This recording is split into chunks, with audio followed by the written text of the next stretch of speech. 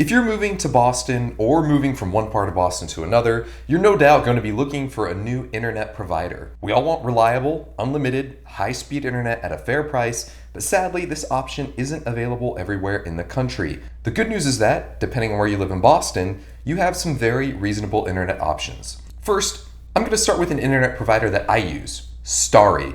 I really can't recommend them enough. For just $50 per month, you get 200 megabit per second download and upload speeds. My internet test has confirmed this download speed, and unlike some cable companies I've worked with in the past, they pride themselves on friendly and reliable customer service. There are even some testimonials of Starry calling their customers with an actual person to make them aware of an outage and inform them that the problem was being fixed. And for what it's worth, I've never had any outages or issues with buffering. And in my apartment, we've had multiple people on Zoom calls while streaming live sports and or television in the background. You have to remember that internet providers are usually heavily criticized by their customers. Go read the reviews on Starry. They support what I'm saying. And the good news is if you use the link in the description, you can get your first month of Starry internet for free. Starry has no long-term contracts as well as no hidden fees, so what you see is what you pay and you've got nothing to lose. Starry is also available in New York City, Los Angeles, Denver, Washington, D.C., and Columbus, Ohio. So if you live in any of those cities and you are watching this video, you can also use that code for a free month of internet. One con of Starry is that their service, while expanding, is currently limited to certain geographic areas within these cities. So if you're moving to Boston and their service is not available in the area you're moving to,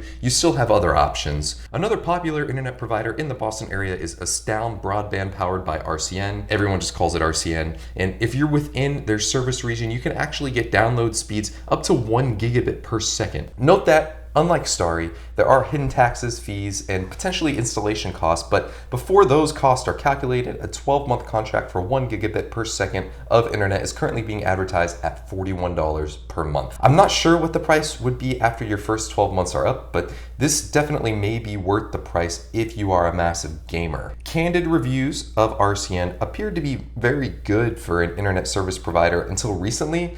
Maybe it's just a small sample of users in the past month or so, but the advertised speed is definitely tough to beat. If you're a Verizon customer on a certain phone plan, it may be worth it to consider Verizon Fios if it is available in your area. Like RCN, it is 1 gigabit per second, and it also provides 1 gigabit per second in upload speeds. Fios is a fiber optic internet, which is just a fancy way of saying they have the infrastructure to provide super fast and super reliable internet. The price is currently $65 per month for qualified Verizon customers and $90 per month if you're not on a Verizon eligible plan. While the prices appear to be higher than RCN, Fios does not charge installation costs and there are no annual contracts, so you have a bit more flexibility if you're not satisfied with your service. Another option that has wide availability in the Boston area is Xfinity, powered by Comcast. This is your traditional cable company. It may not be a bad option if you're looking to bundle with television or home phone. Here's the thing about Comcast. Most of the honest reviews that I could find about their service are usually accompanied with an expletive. People just seem like they're not happy with the service and seem to use it if there are no other options